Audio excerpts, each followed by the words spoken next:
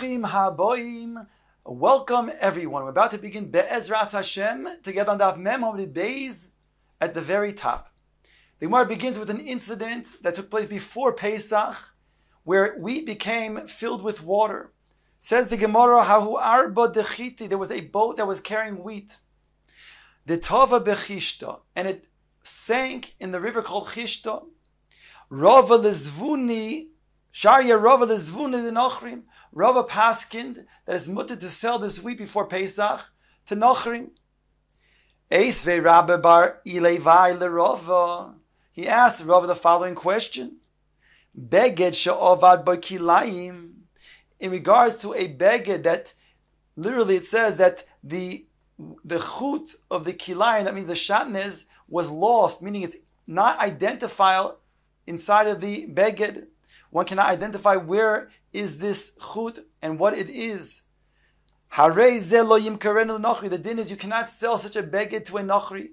The concern is that the beged might then be sold ultimately to a Jew, and the Jew will not know about such shatnez, and it'll be wearing shatnez, it'll be over an iser. Similarly, a person cannot put a chut of shatnez inside of a mardas lechamor, because he may then take out that chut. Granted, he is now not presently going to be over an iser of lotilba shatnez, but he might take it out from the mardas, and he'll then use it for his own beged. He might sew it into another beged that he will be using to wear, and it'll be over the iser of shatnez. What he could do is he can take such a chut of shatnez and he can tie it, he can use it to sew into it tachrich in shrouds for a dead person. Since shrouds are considered the beged of a mace first of all is oster bahana, you can't use it, and secondly, there's no issue for a mace to then be over any isurim. He's chofshi, he doesn't have any mitzvahs, and therefore there's not a problem to then put the shatnez in the beged of a mace, tachrich in shrouds. So the Gemara now says, "Lenochri my time oloi." Why can't you go ahead and sell this beged that had a chut that was ne'evad, that was lost and is unidentifiable inside of the beged? Why can't you sell it to a nochri? Says Gemara, "Lav mishum dahadar mizavin liyisum." Maybe because he will sell it ultimately to a Jew, and again, that Jew will then wear it unknowingly, and it'll be over an iser shatnez. Hadar ma Rava, and therefore Rava retracted. And he said, "Lezavinu kaba li Yisrael, ki heiti lechalia kame pischa." He said you can sell small amounts of a kav to a Yisrael, kol shekain to a nochri, before Pesach, because that will be consumed before Pesach, and there won't be an issue of having such wheat that might become chametz on Pesach.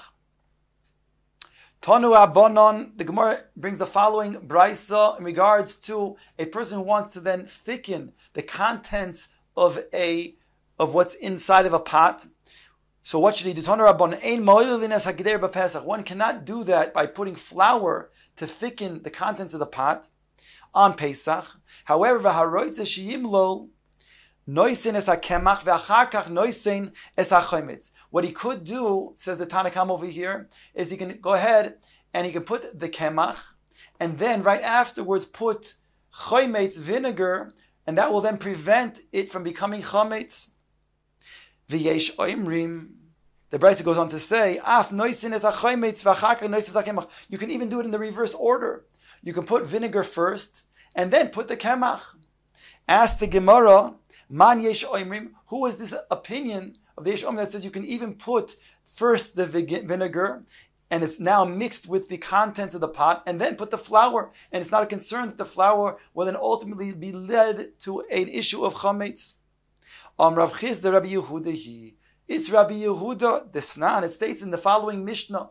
This Mishnah is regards to Hilchos Shabbos. It states ha'ilfas v'hakedera shehevivim mutochin lo yitein l'soichen tavin. On Erev Shabbos, one cannot take off a pot or a frying pan from the stove, and now it's bein hashmoshois, put tavlin, put spices inside that pot. Since the pot is a kli rishon, it will be mavashil the spices. However, the Tana goes on to say, but what you couldn't do is you can spill the contents of the pot or of the frying pan inside a bowl, and then you could go ahead and put your spices in that, because a kli sheni will not mevashel.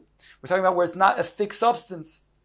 So if it's a liquid substance, it will not mevashel, since it's a kli sheni. Rabbi Yehuda adds, lekol hu noisin chutz midav sheyesh bo chometz v'tzir. He can add anything, providing it doesn't have any chometz or tzir in this pot. In other words, the chometz or the tzir is the brine of a fish. They will be mevashel, and therefore even a kli sheni will be problematic. So we see from here that Rabbi Yehuda is of the shita that chometz is mevashel, whereby if you even put chometz inside of the pot and it's already now mixed with the contents of the pot, you can go ahead and put flour afterwards, because it will not go ahead and lead to chometz, because it will cook it right away. Ask the Gemara, V'nukmak Rabbi Yosi, let us establish that this sheet of Yesh Oimrim that says you can put chometz and then the flour is the sheet of Rabbi Yosi. Desnan, Rabbi Yosi Omer, shoyren bechometz v'chometz sumton. Rabbi Yosi taught us that he holds, at least, that if you have, there it's talking about, you have some wheat or from some barley that has been soaked a little bit in water. So if you start seeing a nefuach, it's starting to then swell up a little bit, which would be a sign that could lead to chametz, or will ultimately and inevitably lead to chametz. So Rabbi Yossi says, put vinegar on that wheat, and that will then me'akev the process. It'll constrict it. So you see that Rabbi Yossi holds that vinegar has such a koyach. Answers the Gemara, no kiyashmein leila Rabbi Yossi hanimili diise be'enei aval aidei tarovas lo. When did Rabbi Yossi say this? He's saying when the vinegar is be'en, it's on its own. Then when you pour it onto the wheat, it'll constrict the process of the chimutz. But to already put it already inside the contents of the pot, then it's already mixed together, and then put the flour. Who says that Rabbi Yossi said it would have such a koyach to cook and prevent the chimutz?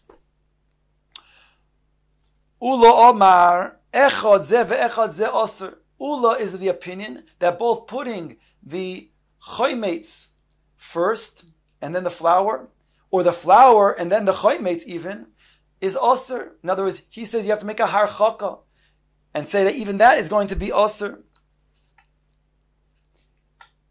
Why? Because mishum lech amrina nezira. When it comes to the nazir, we say to him, go. We say to him, schar, go around. Lekar malotikrav, don't come close to the vineyard. Even though midiaraisa, there's no problem with a nazir walking inside of a vineyard. The only problem is for him to eat the grapes or to have wine or grape juice. That's the problem. But to walk through is not a problem. Yet we say to the nazir, circumvent the vineyard, as not to then have a temptation and succumb to the temptation, or even forget yourself that you're even a nazir and that it's off limits to you.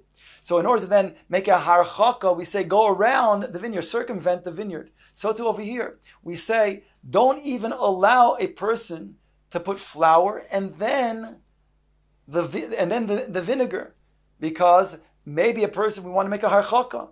We want him not to do that, and certainly we don't want him to then put the vinegar first, and therefore, in order to prevent any potential issue that chimutz might develop, we say the whole thing is aser, no matter what order you put, whether it's vinegar first or vinegar afterwards. Rapapi shari lebirutki the beireish galusa it says that Rav Papi permitted those bakers in the Reish Galus, in the household of the Reish Galusa, to thicken the contents of the keder with bachsisi.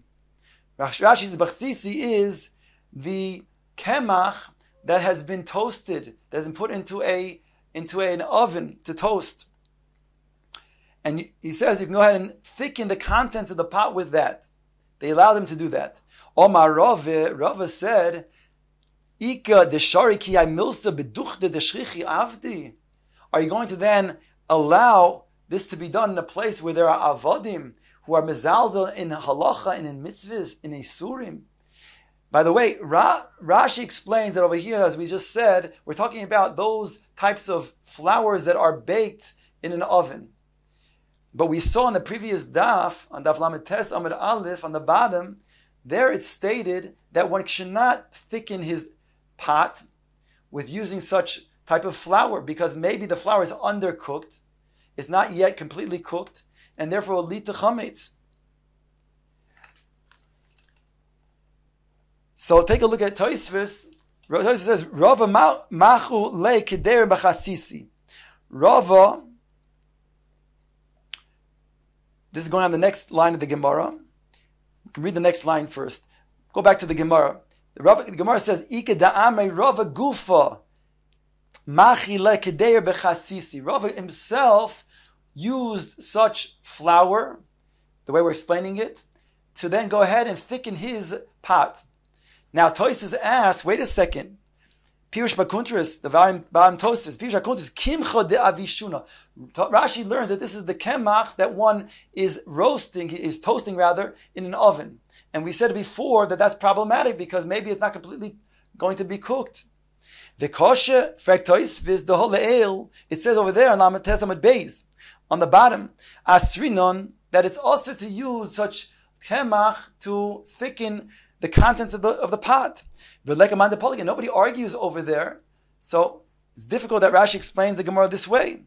And the Ri therefore explains,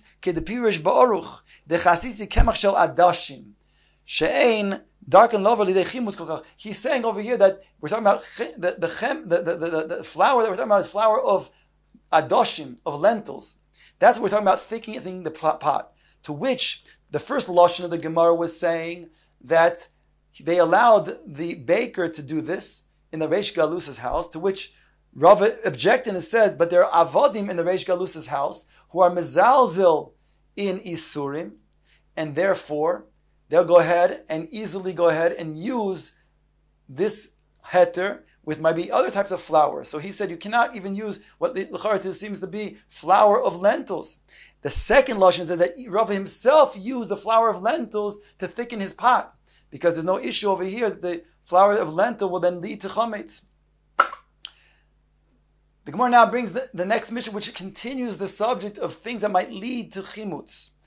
Says the Mishnah, "Ein noisnin kemach letei charoises." You cannot put kemach inside of charoises. Charoises over here does not refer to the charoises that we know of for Leil HaSeder. Here we're talking about a admixture of water and vinegar that they would use to dip their meats inside of, and typically it was made by putting kemach inside. So it says over here in the Mishnah, you cannot put kemach inside a charoises for Pesach, on Pesach. Or you cannot put it inside of mustard, kemach. V'im nosan, again, because it will quickly come to a state of chimutz. V'im nosan ye'ochel miyad. But the Tanna Kama says, but if you do, then you shall eat it right away.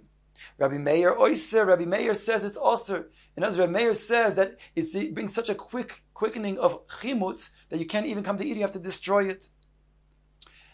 The Mishnah goes on to say a case that seems to be not connected.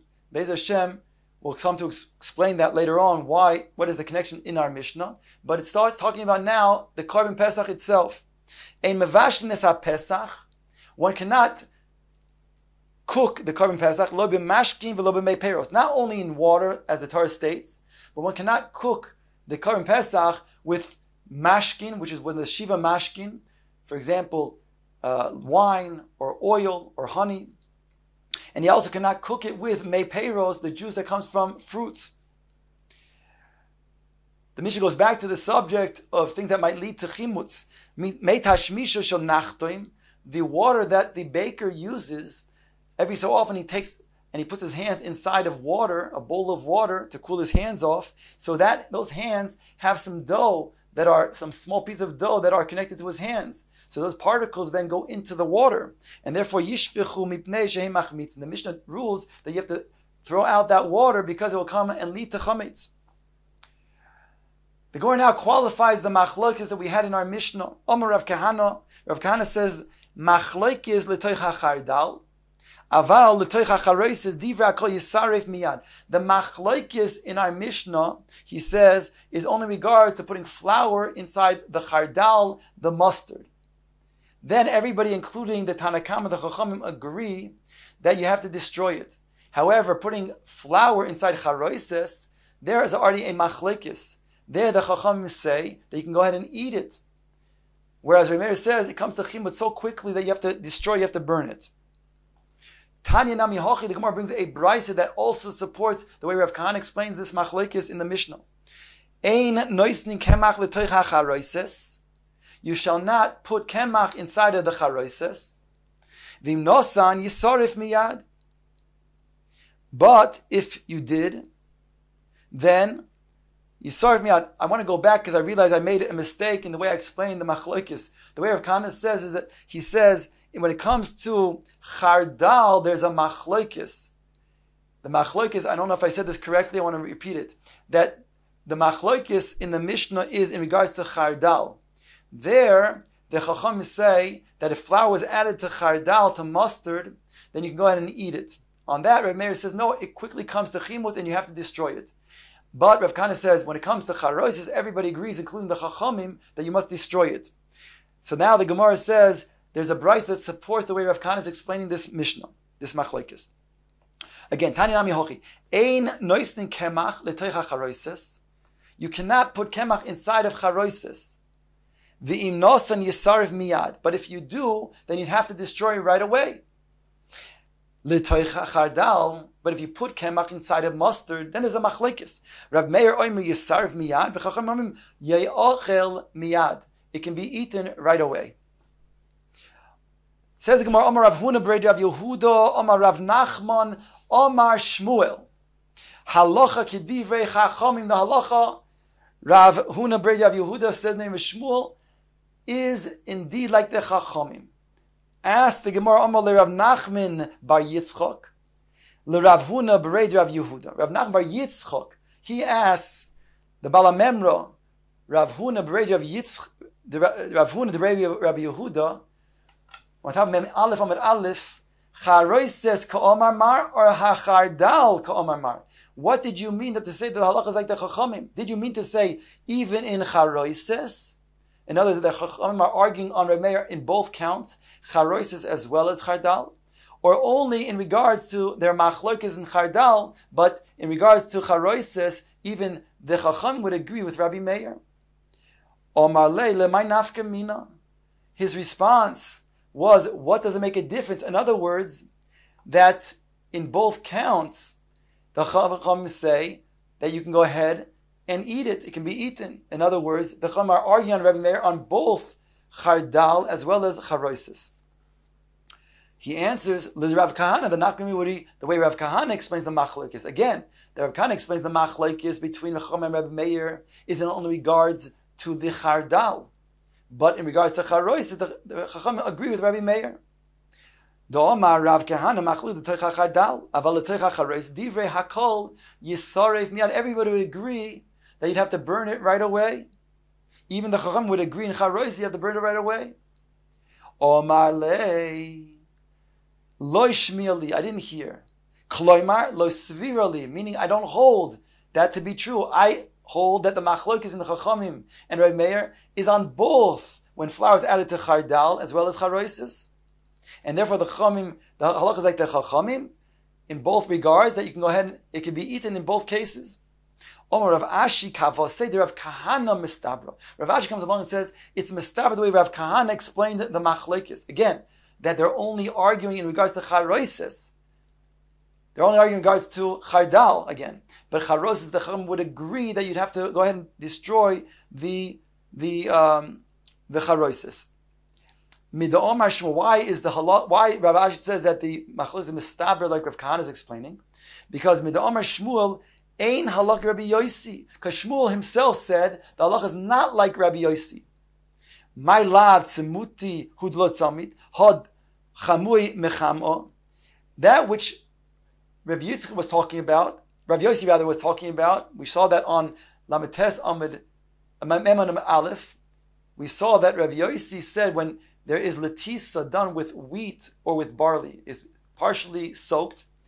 So he said, if you start seeing a nafuach, a swelling that would then inevitably lead to chametz, Rav Yossi said you can put vinegar on top of it, and that will then prevent the process from becoming chametz. On that, Shmuel said the halach is not like Rabbi Yossi. So we see over here, since he says the halach is not like Rabbi Yossi, that it doesn't have the koyach, the vinegar, the Gemara is suggesting not only not to stop, but it will also hachamim mechame. It will also bring it still to chametz. So therefore, you see from over here that when it comes to the case of charoises, where there's vinegar, that also lechara, Rav Ashi explains that indeed Rav Kahana is correct, that charoises is something that even the Chacham would agree that will have to then become destroyed, because vinegar will lead to something that will come to chametz. On that, the Gemara says you have no raya, Rav Ashi, that the machlok is like Rav Kahana is explaining, because lo dilma loy matzmi somis veloy chamua mechama. Granted, when Shmuel said halach is not like Rabbi Yossi, it doesn't have the power to the vinegar to putting it onto the wheat or the bar that was just soaked, does not have the power to me'akev and to constrict the forthcoming of chametz. But who's to say that will actually lead to chametz? And therefore, indeed, you can explain the machlokes the other way, that the Chacham are arguing on Rabbi Meir, both in regards to flour being added to chametz, as well as flour being added to chardal. In both cases, the Chacham are saying you go ahead and eat that which was added, and you don't have to destroy it right away, like the opinion of Rabbi Meir.